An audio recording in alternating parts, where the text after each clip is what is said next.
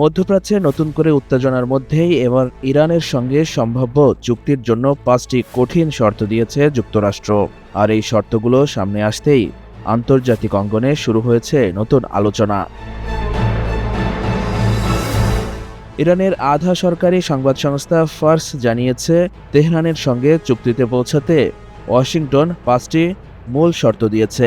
এর মধ্যে সবচেয়ে আলোচিত বিষয়, ইরানকে শুধুমাত্র একটি পারমাণবিক স্থাপনা চালু রাখার অনুমতি দেয়া হতে পারে।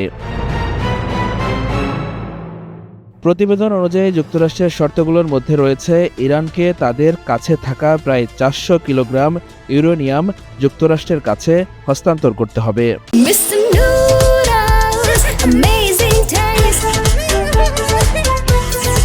এছাড়া জব্দ করা ইরানি সম্পদের 25% ছাড় দেবে না ওয়াশিংটন।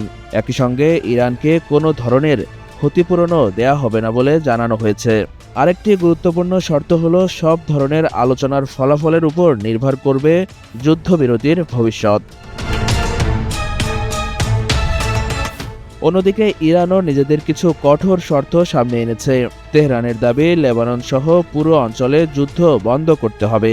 ইরানের ওপর থেকে অর্থনৈতিক নিষেধাজ্ঞা প্রত্যাহার করতে হবে, জব্দ করা সম্পদ ফেরত দিতে হবে এবং যুদ্ধের ক্ষয়ক্ষতির ক্ষতিপূরণও নিশ্চিত করতে হবে। এছাড়া হরমুজ প্রণালীর উপর ইরানের সার্বভৌমত্বের স্বীকৃতিও চেয়েছে তেহরান।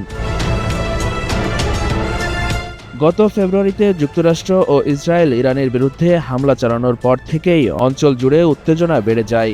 জবাবে ইসরায়েল ও উপসাগরীয় অঞ্চলে মার্কিন মিত্রদের লক্ষ্য করে হামলা চালায় ইরান। এক পর্যায়ে গুরুত্বপূর্ণ হরমুজ প্রণালীও বন্ধ করে দেয় তেহরান। পরিস্থিতি নিয়ন্ত্রণে আনতে পাকিস্তানের মধ্যস্থতায় গত 8 এপ্রিল যুদ্ধবিরতি কার্যকর হয়। তবে ইসলামাবাদে অনুষ্ঠিত আলোচনায় স্থায়ী কোনো সমঝোতা পৌঁছাতে পারেনি দুই পক্ষ। এরপর মার্কিন প্রেসিডেন্ট ডোনাল্ড ট্রাম্প অনির্দিষ্টকালের জন্য যুদ্ধবিরতির মেয়াদ বাড়ানোর ঘোষণা দেন।